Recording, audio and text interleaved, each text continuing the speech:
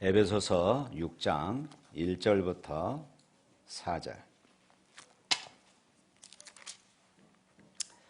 우리 다 같이 읽습니다. 자녀들아, 주 안에서 너희 부모에게 순종하라. 이것이 옳으니라. 내 아버지와 어머니를 공경하라. 이것은 약속이 있는 첫 계명이니 이로써 네가 잘되고 땅에서 장수하리라. 또 아비들아, 너희 자녀를 노엽게 하지 말고 오직 주의 교훈과 훈계로 양육하라. 아멘. 예, 5월은 가정의 소중함을 기억하는 가정의 달입니다. 그래서 5월 5일은 어린이날이고 8일은 또 어버이날이고 또 15일은 스승의 날이고 또 21일은 부부의 날이다, 이렇게 정해 나왔습니다. 오늘 본문에서 내 부모를 공경하라. 이것이 약속이 있는 첫 계명이니 주 앞에서 이것이 옳으니라, 이렇게 말씀하고 있습니다. 해마다 찾아오는 어버이날이지만은 5월이 되면은 후회되는 것은 불효이고 내 부모 잘 섬기지 못한 그런 아쉬움과 그런 죄책감들이 언제나 가슴에 자리 잡고 있습니다. 이제 막 철이 들어서 효도 한번 할까 두리번거렸더니 어버이가 이 세상을 훌쩍 떠나버리셔 계시지 않는 그런 분들도 아마 계실 것입니다. 기독교는 효의 종교입니다. 그리스도인은 그래서 효자 성도입니다. 그리스도인들이 왜 효도를 해야 할까요? 그 이유는 간단합니다. 내 부모를 공경하라. 하나님의 명령입니다. 내 부모를 공경하라. 부모를 공경해 주십시오. 설득하는 말입니다.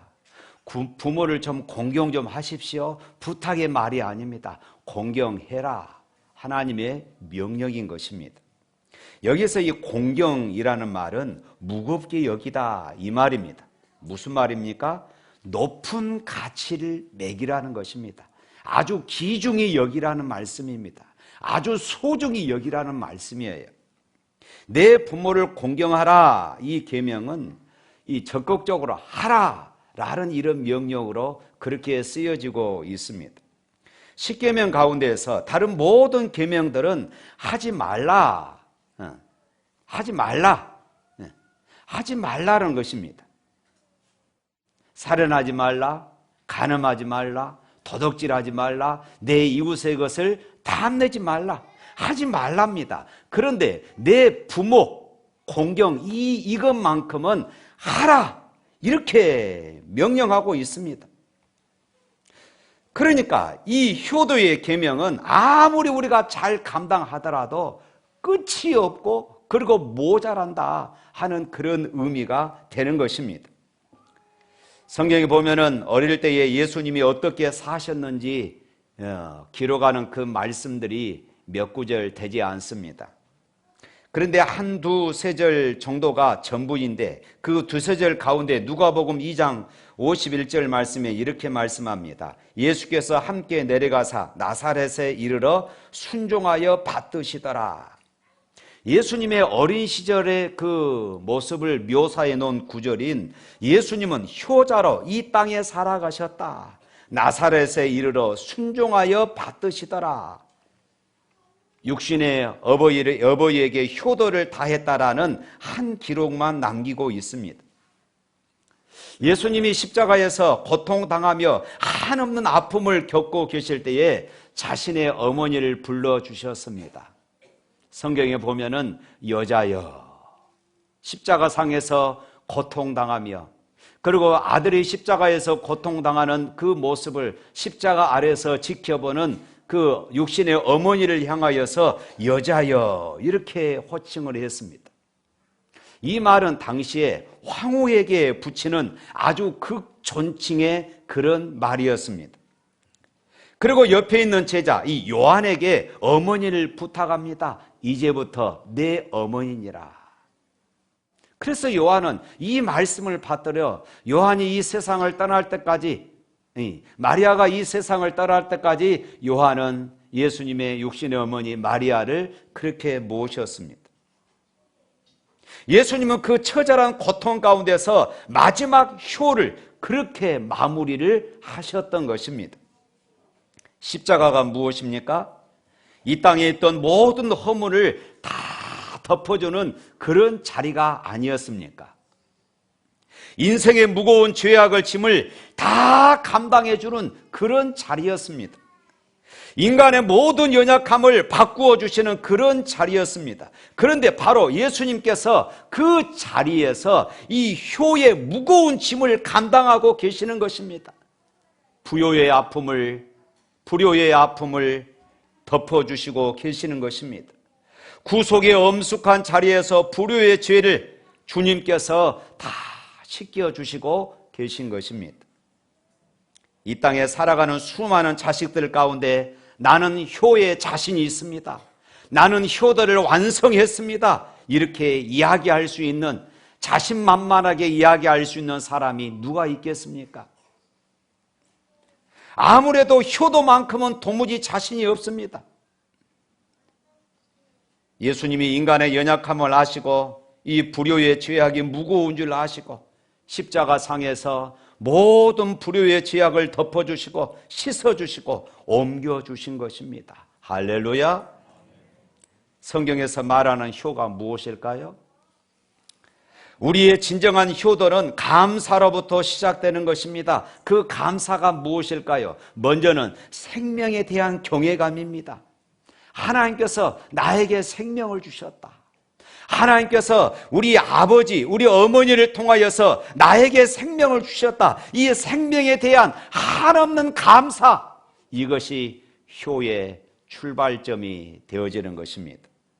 이 땅에 우리 부모님들이 훌륭해 보이지 못해서 불평하는 그런 어리석은 사람들이 종종 있습니다. 우리 부모님들이 많이 배우지 못한 듯하여 자랑스럽게 여기지 못하는 그런 못난 자녀들이 종종 우리가 보게 되어집니다.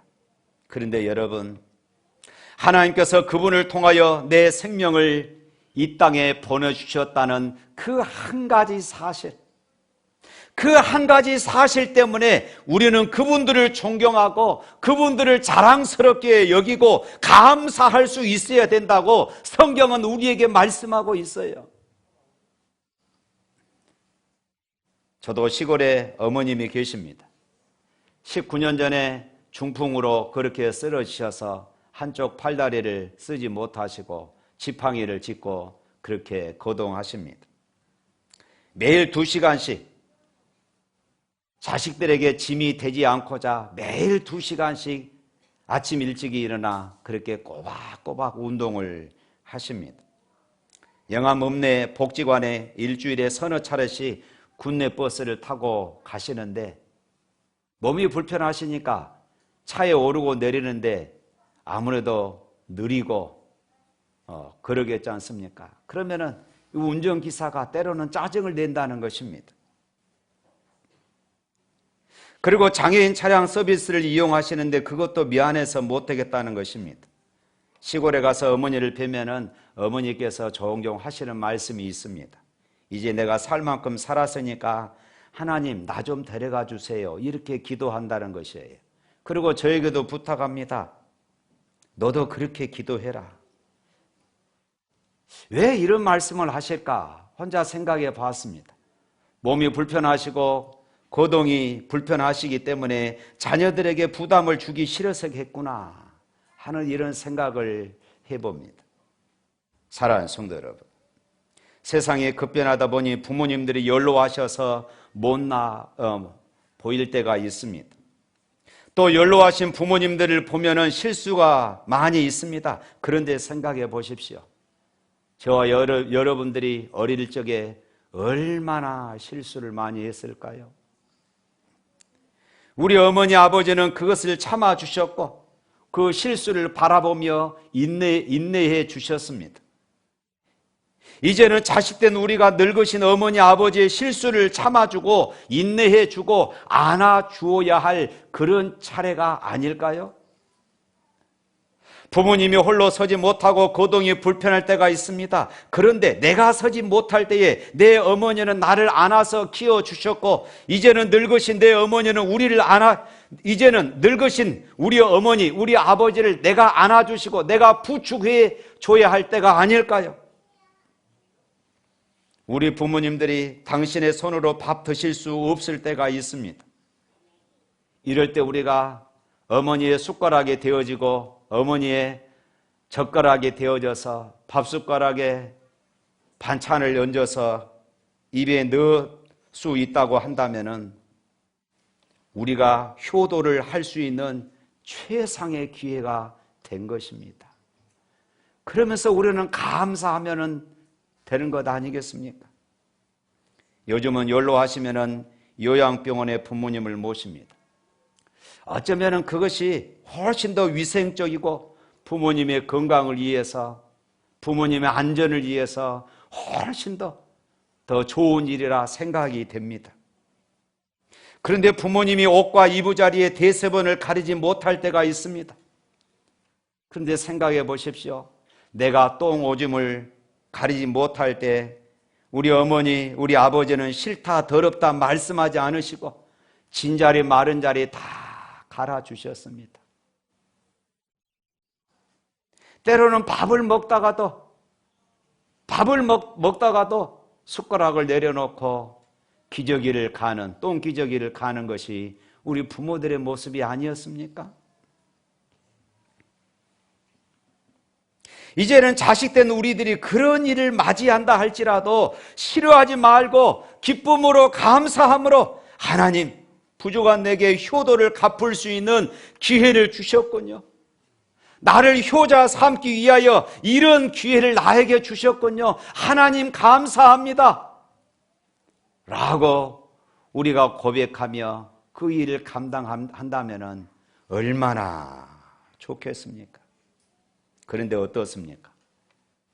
우리는 내 자식들의 똥 오줌은 행복하게, 기쁨으로 밥숟가락을 내려놓으면서도 우리는 갈 수 있지만 우리 부모의 똥 오줌은 싫더라는 것입니다.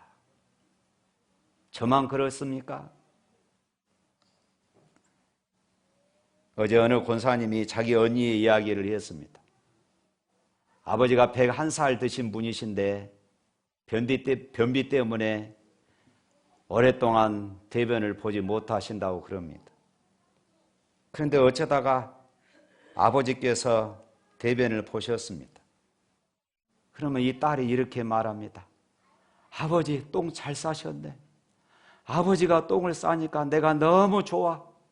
부끄럽다고 생각하지 말고 내가 그거 다 치울 테니까 마음껏 싸시라고 했답니다. 아버지가 똥을 싸서 내가 너무 좋다는 것이에요. 저는 그 이야기를 듣고 야, 요즘 세상에도 이런 사람이 있구나. 사랑하는 성도 여러분, 이 땅의 어버이의 최고의 영광이 무엇입니까? 자식들로부터 공경과 사랑을 받으며 늙어가는 것이라고 그럽니다. 가장 서러운 일이 무엇인지 아십니까? 내 몸으로 낳은 자식들로부터 공경과 사랑을 받지 못하고 살아가는 그런 모습이라고 그럽니다. 열왕기상 2장 19절에 보면은 솔로몬 임금도 이렇게 말합니다. 왕이 일어나 영접하여 절한 후에 다시 왕자에 앉고 그의 어머니를 위하여 자리를 베푸니 그가 그의 오른쪽에 앉은지라, 이렇게 기록되었습니다. 솔로몬의 어머니는 우리아의 아내였습니다.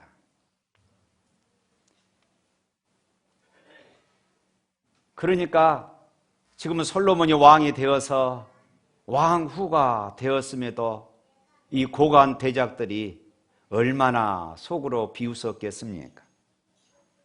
그런데 솔로몬 왕이 자기 어머니를 이렇게 극진히 모시며 왕의 자리 옆에 그렇게 앉혀서 고관 대작들 앞에 정사를 논하니 어느 누구가 감히 어머니에 대해서 이래라 이러쿵 저러쿵 말할 수 있겠습니까? 솔로몬 왕이 그 여인을 공경하고 높여드릴 때 그 누구가 그 어머니를 무시할 수 있겠습니까? 사랑하는 성도 여러분, 분명히 성경은 내 부모를 공경하라 이렇게 명령하고 계십니다. 다음으로 성경은 부모 공경을 하는데 살아 계실 때 공경하라는 것입니다. 살아 계실 때 효도하라는 것입니다. 돌아가신 다음에 제사상이나 차려드리며 되는 그런 효도가 아닙니다. 10계명 중에 9가지 계명은 평생 나를 따라다닐 수 있습니다. 그러나 여러분, 5번째 계명, 내 부모를 공경하라, 이 계명만큼은 어느 날 문득 내 곁을 떠나고 말아버립니다. 내가 이 계명을 지킬 수 있을 때가 한정되어 있다 이 말씀입니다. 9가지 계명은 내가 범하고 잘못 감당했다 할지라도 후회하고 돌이킬 수가 있습니다. 새롭게 감당할 수 있습니다. 그러나 내 부모를 공경하라는 제5계명만큼은 어느 날 갑자기 내 곁을 떠나버리고 만다는 것이에요. 내가 효도하고 싶어도, 내가 이 말씀을 지키고 싶어도 지킬 수 없을 때가 온다는 것이지요. 송광정철 선생의 이런 시조를 읊었습니다. 우리 다 같이 한번 화면 보고 읽어볼까요? 어머니 살아 계실 때 섬기기를 다하여라.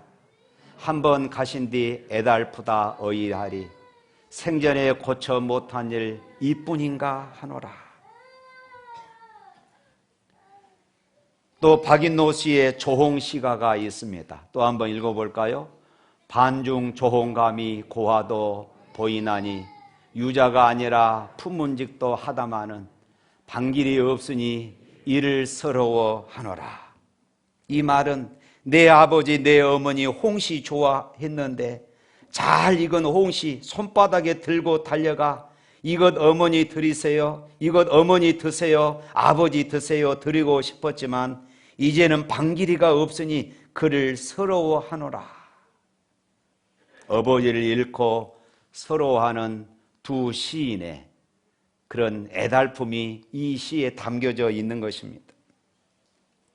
그렇습니다. 제5계명은 부모님이 돌아가신 다음에 슬퍼하고, 그리고 자녀들로부터 내가 푸대접을 받고 늙음의 피해가 내 인생에 넘칠 때, 그때 더욱더 서러워지는 것입니다. 나이 들면 들수록 더 슬퍼지는 계명이 내 부모를 공경하라 이것이지요. 마지막으로 효도 중에 최고의 효도가 무엇일까요? 바로 그것은 부모님으로 하여금 천국에 들어가시게 하는 것입니다. 육신의 부모를 생전에 섬기기를 잘한다 한들 영혼을 제대로 섬기지 못한다고 하면은 그것은 제대로 효도를 감당하지 못한 것입니다. 부모님 생전에 예수 믿게 한 자녀는 최상의 효도를 감당하는 것이에요. 주님이 말씀하셨죠. 온 천하를 얻고도 내 생명을 잃으면은 무엇이 유익하리요? 세상에서 진수성찬을 대접하고 고급진 옷을 몸에 입혀드리고 즐겁게 해드렸다 할지라도 구원의 복음을 전하지 못하여 영원한 멸망을 받은 부모가 되었다면 이 어찌 효자라고 말할 수 있겠습니까? 사랑하는 성도 여러분, 여러분의 부모님들이 예수 그리스도를 당신의 구세주로 그렇게 영접하셨습니까? 그분들이 복음을 알고 있습니까? 이 시간 우리와 함께 옆자리에 앉아 지금 예배드리고 있습니까? 오늘이라도 그분의 생애의 마지막 순간을 맞이한다고 하면은 바로 이 순간이라도 그분들의 생애의 마지막을 맞이한다고 한다면은 그분들이 영원한 천국에 들어갈 수 있겠습니까? 만약에 그럴 수 없다고 한다면은 금식하며 생명을 걸고 기도해 보지 않겠습니까? 단 하루라도 내 어머니 내 아버지 예수 믿기를 원하며 제가 금식에 들어갑니다. 이번 한 주간 동안 엄마 아빠를 위해서 내가 기도하겠습니다. 그리고 나는 밥을 먹지 않겠습니다. 이렇게 해보신 적이 있으십니까? 생명이라도 내어놓고 내 어머니, 내 아버지에게 선물하고 싶은 것이 있다고 한다면은 하나님 나라 천국을, 예수님을 선물하는 것입니다. 할렐루야. 50억 인구가 다 지옥에 가도 내 부모님만큼은 천국에 모신다는 각오로 믿음을 가지고 기도해야 할 그런 일입니다. 남들은 2억 만리 오지까지 가서 선교하는데 나는 내 가정, 내 가족이라도 구원의 복음을 전해야 되지 않겠습니까? 부모님 육신 공경이 아무리 귀하다 한들 영혼 공경만큼 하겠습니까? 영혼 떠나고 나면은 아무런 가치가 없는 것이에요. 순교적인 각오를 가지고 부모님에게 예수를 전해야 할 것입니다. 그것이 바로 최고의 효도입니다. 사랑하는 성도 여러분, 이렇게 부모님을 공경하는 사람들에게 성경은 약속하고 있습니다. 네가 땅에서 잘되고 장수하리라. 할렐루야. 3절 말씀 읽겠습니다. 이로써 네가 잘되고 땅에서 장수하리라. 효자 성도에게 하나님은 복을 약속하셨습니다. 출애굽기 20장 12절 말씀에도 내 부모를 공경하라. 그리하면 너희 하나님 나 여호와가 내게 준 땅에서 내 생명이 길리라. 에베소 6장 1, 2절 말씀에 자녀들아 너희 부모를 주 안에서 순종하라. 이것이 옳으니라. 내 아버지와 어머니를 공경하라. 이것이 약속이 있는 첫 계명이니 이는 네가 잘되고 땅에서 장수하리라. 할렐루야. 금생과 내세의 복이 있습니다. 부모 공경만큼 약속 있는 계명입니다. 보너스가 아주 두둑한 그런 하나님의 약속이 있어요. 땅에서 잘되고 내세에서 잘되는 계명이 바로 내 부모를 공경하라. 이 5번째 계명입니다. 그래서 진실한 그리스도인은 하나님 앞에서 효자이고 진실한 그리스도인은 내 부모님께 효자 성도로 살아가는 것입니다. 어떤 언론사에서 부모 공경에 대한 수기를 공모했습니다. 거기에서 우수작으로 당선된 그런 수기가 있습니다. 그 제목이 아버지 죄송해요 라는 글입니다. 어떤 가정에 아버지와 딸이 사는데 아버지가 이상한 병에 걸렸습니다. 그러면서 그때부터 허리가 차츰차츰 굽어지더니 나중에는 결국 곱사등이 된 것입니다. 그래서 걸어가도 땅바닥만 보고 걸어가게 되었습니다. 동네 애들이 놀리기도 하고 비웃기도 합니다. 그런데 이 딸이 커서 결혼식을 하게 되었는데 결혼식을 하는 것은 좋은데 마음에 한 가지 근심이 생겼습니다. 신부 입장할 때 아버지 손을 붙잡고 들어가야 하는데 곱추등된 아버지 손을 잡고 어떻게 들어가야 하나 하는 것입니다. 남들이 보고 나를 뭐라고 이야기할까? 친구들이 보고 뭐라고 말할까? 이게 두려웠습니다. 그래서 결혼하기 전 아버지 방에 들어가서 이 딸은 아버지께 눈물로 호소합니다. 아버지 너무 죄송한데 제 결혼식에 오지 마세요.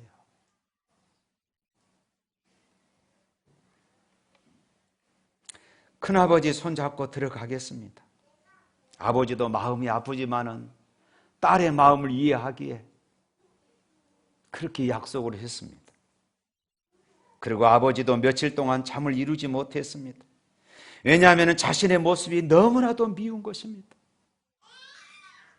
딸의 결혼식에 또 가지 못하는 자신이 너무나도 미운 것이었습니다. 그날 결혼식은 그렇게 치러졌습니다. 그리고 세월을 흘려 몇 년이 지났습니다. 아버지가 소문을 들으니 딸이 임신을 했는데 입맛이 없다고, 그래서 입맛이 없어서 먹지 못한다고 그럽니다. 이 뜻이 너무 심해서 아무런 음식도 먹을 수가 없다는 것이에요. 그래서 이 아버지가 생각하기를, 야, 우리 딸이 장아찌를 좋아하는데 내가 담근 김치를 좋아하는데. 그래서 시골에서 아버지가 그것을 준비해서 주소를 들고 이제 서울로 올라갔습니다.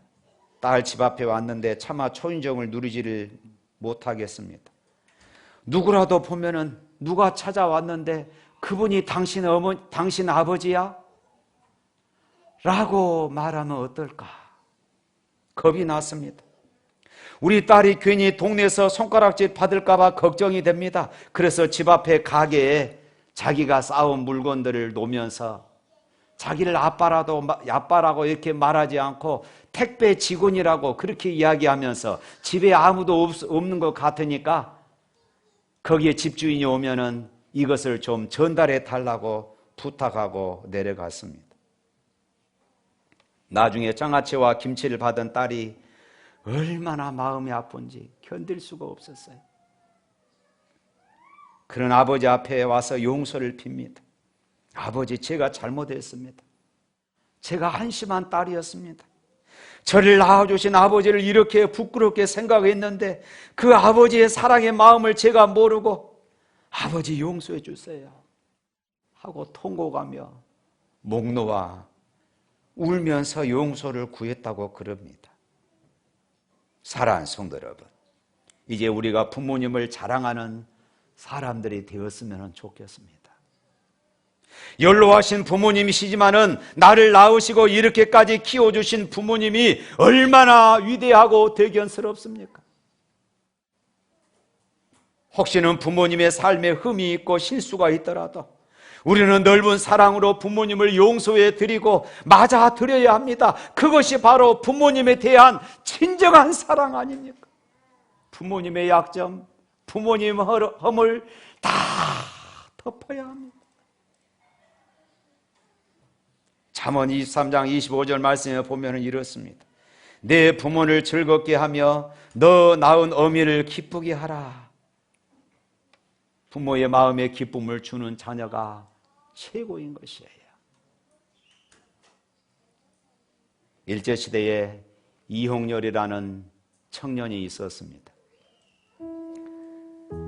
그는 일본에서 음악 공부를 하다가 너무 피아노를 갖고 싶어서 조국에 있는 어머니께 편지를 보냈습니다. 어머니, 피아노를 갖고 싶어요.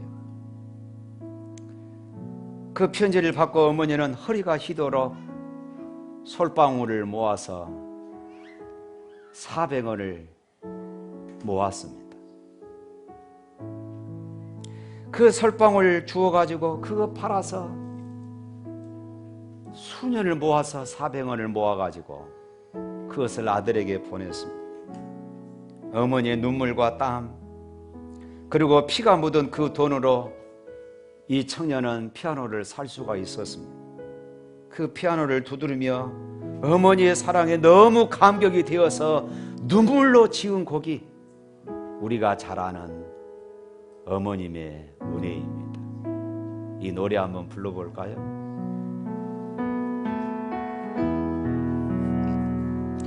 나 실제 괴로움 다 잊으시고 기르실제 밤낮으로의 쓰른 마음 진 자리 마른 자리 가라미시며 손발이 다닳도록 고생하시네. 하늘 아래 구머시 노발이요 어머님의 희생은 가히 없어라. 어려서 남고 없고 홀로 주시고 자라선 뭉이 되어 기다리시네. 기다리는 마음 하늘사 그릇에사 자식 생각에 고우시던 이마 위에 주름이 가득 땅 위에 금화신 노발이요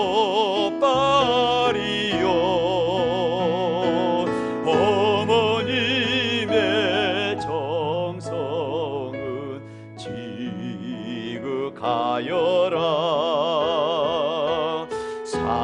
사람의 마음 속에 온 가지 소원